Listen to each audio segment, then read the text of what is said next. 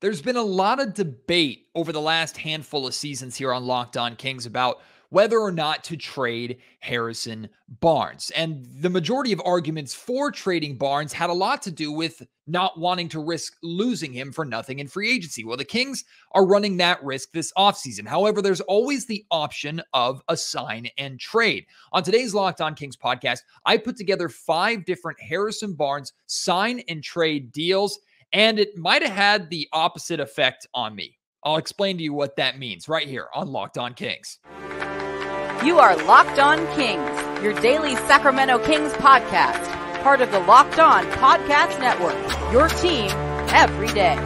And now, ladies and gentlemen, it is that time for another episode of Locked On Kings. Hello and welcome into Locked On Kings, your podcast hub for Sacramento Kings coverage all offseason long. Today's episode is brought to you by Prize Picks. First-time users can receive a 100% instant deposit match up to $100 with promo code Locked On. That's prizepicks.com, promo code Locked On. My name is Matt George. I have the privilege of being your host here. I'm a Sacramento sports reporter and producer for ABC 10 News, and I've spent the last literally 2 hours sitting in here on my office in my office on my computer on trade machines and going through contracts and going through stats, trying to put together not just 5 willy-nilly sign and trade deals involving Harrison Barnes, but as realistic as I could possibly find. What's the point in doing an exercise like this, putting together fantastical trades that are never going to happen? It's just a fantasy land. It's just a waste of time. And some of you might think some of these 5 trades fit that bill. I mean, it's all opinion at this point, right? I'm basing all of this off of my belief as to which players are just as good or better than Harrison, or what Harrison Barnes is worth. I'm guesstimating what Harrison Barnes' contract is going to be in this sign and trade scenario. So there's a lot of hypothetical here in this conversation, but I did my absolute best to find 5 sign and trade deals that theoretically, realistically could happen that also check the boxes for the Sacramento Kings. And what I mean by that is, if you're getting rid of Harrison Barnes, if you're trading Harrison Barnes away, you have to replace him with something just as good, if not better. The Kings are trying to improve. They're not in a situation like they were a handful of off seasons ago where they could just dump talent and open up cap space and not worry about the talent that they were getting back. And basically, because they're in rebuilding mode and they're not really worried about winning. That's not where the Sacramento Kings are at right now. The Sacramento Kings are trying to build upon the year that they had last season. So if you are getting rid of not just your starting small forward, which historically is a position very difficult for the Sacramento Kings to fill, if you're getting rid of a player who played literally every single game for you, and even though he didn't have a good playoffs, and even though at times he can be inconsistent with the numbers that he's putting up, he is a reliable presence on the floor, a reliable leader, and a well-respected leader in that locker room. If you are getting rid of that, you have to replace it with something of significant substance. That's what makes this exercise extremely hard. Because as much as I want to go, yeah, call up Boston and ask for Jaylen Brown, or call up the Raptors and ask for OG Anunoby, like, that's not realistic in the sense that those teams are going to be asking for significantly more than Harrison Barnes. And in this exercise, in this scenario, I want Harrison Barnes to be the main piece that the Sacramento Kings are trading away. They're not going to attach Keegan Murray to Harrison Barnes in a deal unless they're getting an absolute superstar back that really, really helps them. Now, maybe the Boston Celtics would be interested in Harrison Barnes and Keegan Murray for Jaylen Brown. I have no idea. In my opinion, they shouldn't be, but I have no clue. Maybe the Toronto Raptors are interested, and some of you would say, absolutely, I'm trading Keegan Murray and Harrison Barnes for OG. I'm not there personally. Even though OG is a better player than Keegan right now, OG would help the Sacramento Kings in a major way. Trading away 2 starters to get 1 starter back, I don't know if that's the right move for the Sacramento Kings at this point. So I tried to avoid those massive blockbuster deals and tried to stay as realistic as possible. Now, I said in the intro that this exercise might have had the opposite effect on me. And I'm going to start here before I actually get into the trades, because I think this is important. this scenario made me more confident in the Sacramento Kings just simply re-signing Harrison Barnes. This exercise made me feel that signing Harrison Barnes, just bringing him back, is the right move. And the reason for that is because not only was this an extremely difficult exercise to try and find realistic trades that actually made the Sacramento Kings better without trading away a boatload of assets in addition to Harrison Barnes. It not only was it extremely difficult, finding the right pieces that are realistically available that can help the Sacramento Kings go from good to great is really, really hard. Like if Monty can find a way to pull off either one of these deals that I put together or an even better deal that I never even would consider, like all the power to him. But as you're going to hear in these trades, there is significant risk to all of these deals. You either risk losing Harrison Barnes for nothing in free agency, which would, of course, suck. You risk paying him over the next 4 years and him not living up to that contract and you not getting better. Or you risk trading Harrison away and bringing back one of these players that could either cost you more money or has an injury history or could leave in less than or in a season or two. Like there is risk no matter what you do. The safest play might simply be bringing Harrison back. And I think that's one of the major takeaways that I had from this exercise. But let's get into these deals. First and foremost, I have to preface this. Basically, what I did is I negotiated what Harrison Barnes' contract was going to be myself based off of my belief of his value, right? So he made just over $18 million this year with the Sacramento Kings. This is the final of a 4-year deal. It depreciated every year. It was $24 million the first year, $22 million the second year, $20 million the third year, and $18 million the fourth year. That was the deal that Vlade Divac signed him to with his extension initially with the Kings after they traded for him from the Dallas Mavericks. He just finished that contract. Harrison Barnes is older. He's still a starter. He's still valuable. So what I did was I signed Harrison Barnes to a 4-year, $18 million per year contract. That's what I signed him to. No bells and whistles, no 4th-year team or player option, no appreciating or depreciating. To make it as simple as possible, I did 4 years, $18 million per year. I have no idea if that's what his value is going to be. That's what I'm kind of comfortable paying him. I would not pay Harrison Barnes $20+ million a year. I just would not at this point in time. If I'm the Sacramento Kings, if I'm any team, I wouldn't. Maybe another team would want to do that. In this scenario, like $18 million per year, I think is the sweet spot for Harrison Barnes. So I just gave him that for 4 years. I gave him his last big 4-year contract of his career, essentially. He could get a 3-year deal, could get a 2-year deal. I have no idea. I think he's going to get a 3 or 4-year deal. So I gave him the 4-year, $18 million per year. That is just my guesstimation based off of his value. So all of these trades are with the understanding that Harrison is being signed and traded to whatever team I'm trading him to, and he's going there for $18 million a year over the next 4 years. So let's dive into these deals. The first one, the Brooklyn Nets. And by the way, feel free to tear these trades apart. Feel free to say, I love this trade. I'm taking the deal. Like, respond to this, talk about this. And if you have other trades that you want to put together and have me comment on or critique, I guess, send them to me at MattGeorgeSack on Twitter. Email me, mattgeorgesports@gmail.com. Leave your thoughts in the YouTube comment section down below. To make it very clear, I'm not saying that all 5 of these deals would absolutely happen. I have no idea if the other teams would even consider these deals. In fact, I tried to put together some deals that I ended up going, no, there's no way the other team accepts this. And then I ripped them up and threw them in the trash. That actually happened a lot. That's why this freaking exercise took 2 hours. Anyway, the Brooklyn Nets. I'm calling them up and I'm saying, look, the Ben Simmons experiment there failed, right? You're moving in a different direction. You got a lot of assets from the Phoenix Suns in the Kevin Durant trade. You're still trying to compete. You're still trying to be good. Ben Simmons is not reliable for you. Here is arguably definitely one of the most reliable players in the NBA in Harrison Barnes. So the deal that I put together is a straight up swap. Harrison Barnes on his new contract in a sign and trade for Ben Simmons. Now, the risk in this trade is obvious for the Sacramento Kings. First and foremost, like I said, Harrison played every single game for the Kings, all 82 games of the regular season. Ben Simmons played only 42 games this last season. And of course, we know not just with the injury issues that he's had, but with mentally what's going on and how things ended in Philadelphia.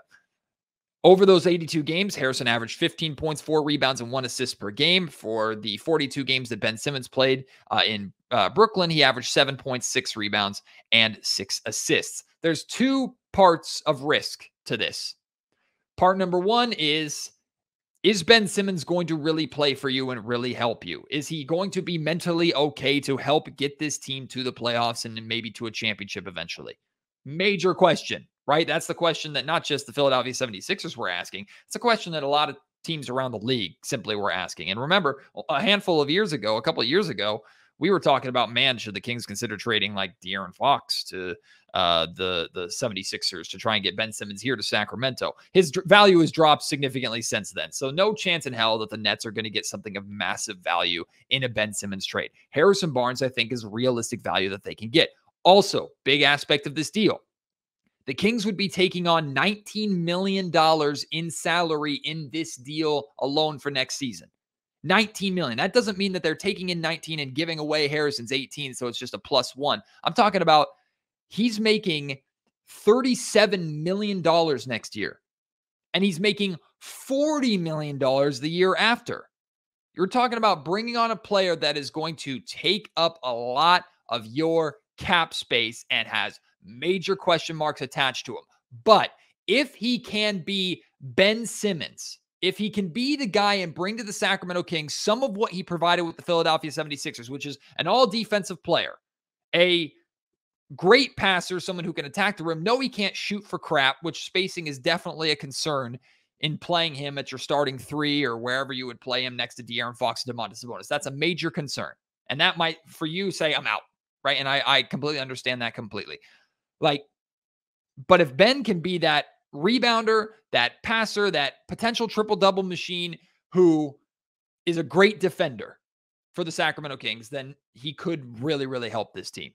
Again, that's a massive could, and you're already paying him as if he is going to do that, even when it's a major question mark. So the Kings might honestly say no to this deal. The Nets might say no to this deal. But I can justify it being a realistic trade because the Nets get reliability and get that money off their books. The Kings get someone who theoretically could really help them, who is also younger and fits that time frame of the De'Aaron Fox, Malik Monk, rest of this Sacramento Kings core. So that's trade number 1. Again, feel free to rip these to shreds. Say, I'm taking the deal right now. Wherever you fall on that, let me know. I want to hear it. Here's trade number 2. This one is probably my favorite one out of the 5 that I put together, but again, has a significant level of risk. The Kings call it the Chicago Bulls. Say, man, you underperformed, significantly underperformed this season. You're trying to move in a different direction. You run the risk of losing DeMar DeRozan after this season if you don't figure something out. And I've already looked at, I've looked at forums, I've looked at fan sites, blogs about and just articles about the Chicago Bulls. There is a concern already in Chicago amongst fans and reporters, period, that the Bulls will lose DeMar DeRozan for nothing. So do you want to capitalize on getting value for him right now? So the Kings get DeMar DeRozan and the Bulls get Harrison Barnes. Plus I threw in there a 2027 protected first round pick.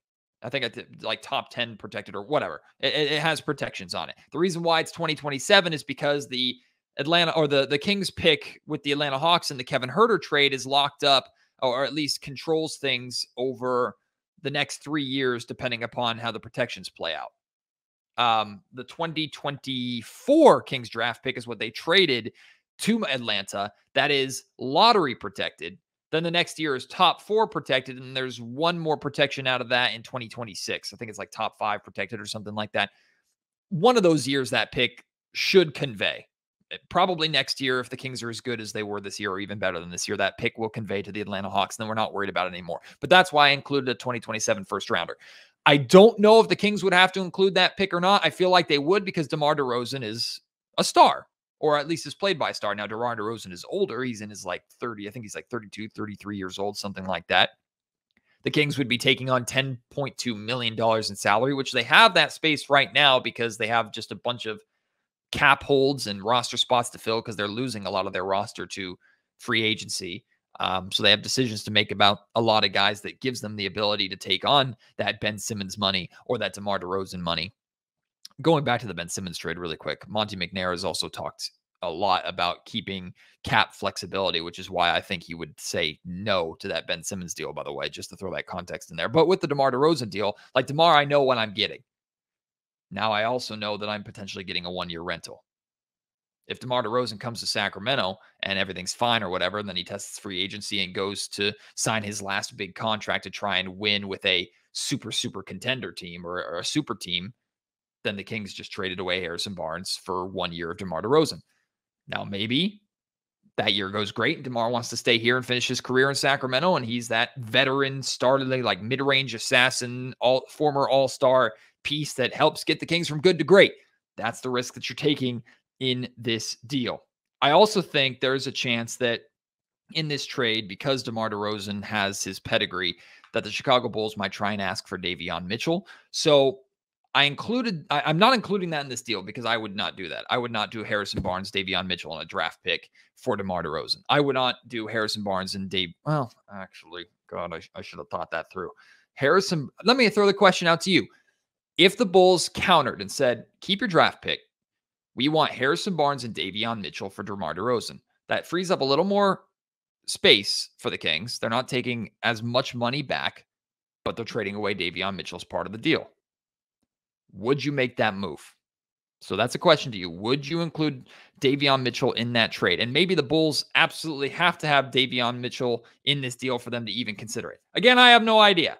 To me, the reason why I'm justifying this is the Bulls are getting a solid, reliable veteran player that can still help them win right now because they're not tanking. They're not selling. They're getting contractual control over him, and they're not losing DeMar DeRozan for nothing.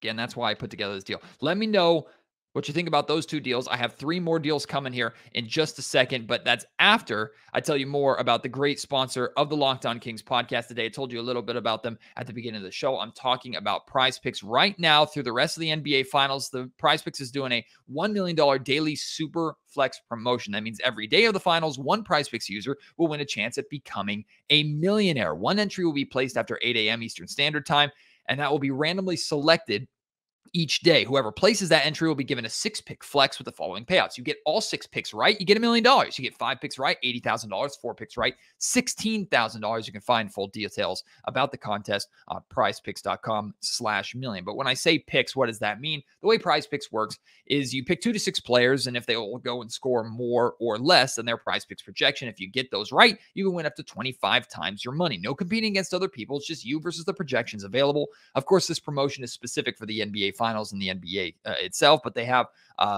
Prize Picks is available for the NFL, MLB, NHL, PGA, combat sports, European sports. There's so many that you can play on prizepicks.com.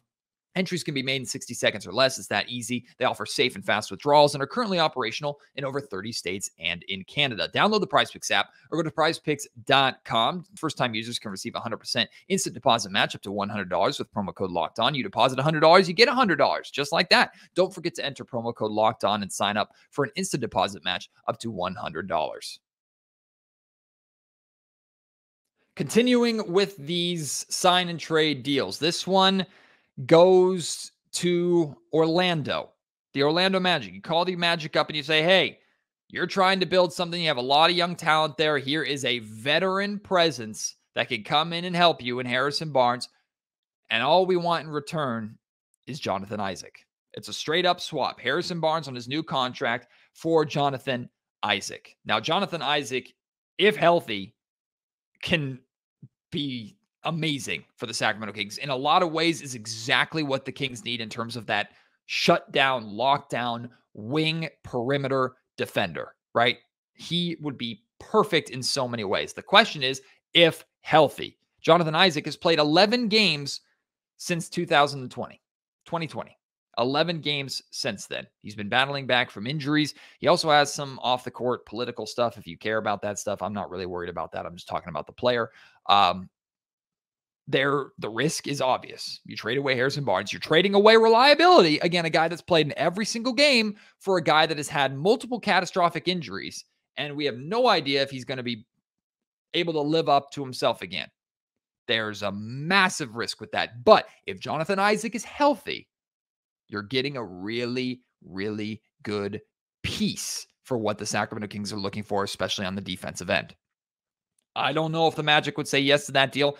I feel like they definitely consider it, given Isaac's injury history and Harrison's reliability and the veteran presence plugging into how he could help that young group. And I think the Orlando Magic are going to be a decent team next season. I think they're going to be a team that could be competing for a play-in spot in the Eastern Conference and maybe even sneak into like a 6th seed or something like that if a lot of things go right for them. I like what the Orlando Magic are doing.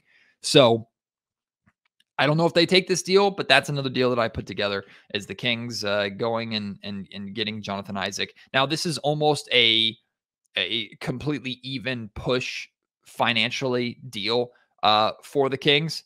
Jonathan Isaac is making $17.4 million a year next season. Again, the Kings are trading Harrison away, assuming he's making $18 million per year.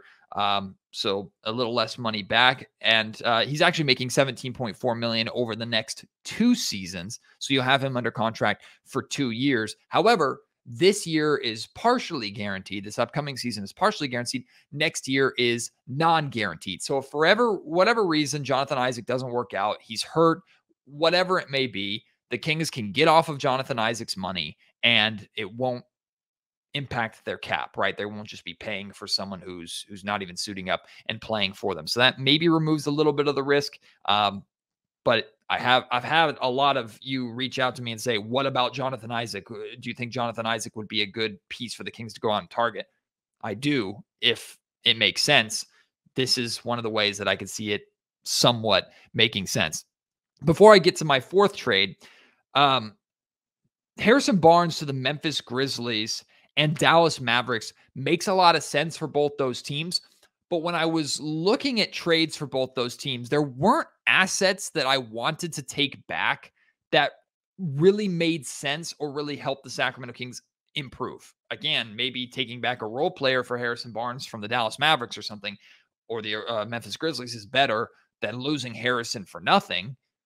But I'm looking at these deals like, get me someone who is going to replace Harrison and help this Sacramento Kings team win basketball games. So both of those teams, I couldn't find deals that I really liked. Maybe you can. If you do, feel free to send those to me.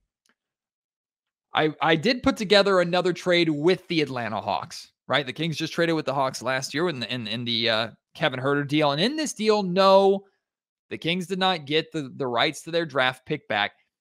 I don't know how I feel about this trade. I feel like the Hawks would say no. Maybe I almost didn't include this trade in there, but I needed a 5th trade essentially. I don't know why the Hawks would do this necessarily, but the trade that I did was Harrison Barnes to the Atlanta Hawks for a straight up swap for DeAndre Hunter. Both teams are swapping small forwards. Here's the thing. Both guys last season averaged 15 points, 4 rebounds, and 1 assist per game as a starter. The exact same stat line, rounding up and down, right? Or rounding up. The exact same stat line. So both of these guys do statistically in the box score about the same thing. Both have inconsistencies, especially with 3-point shooting.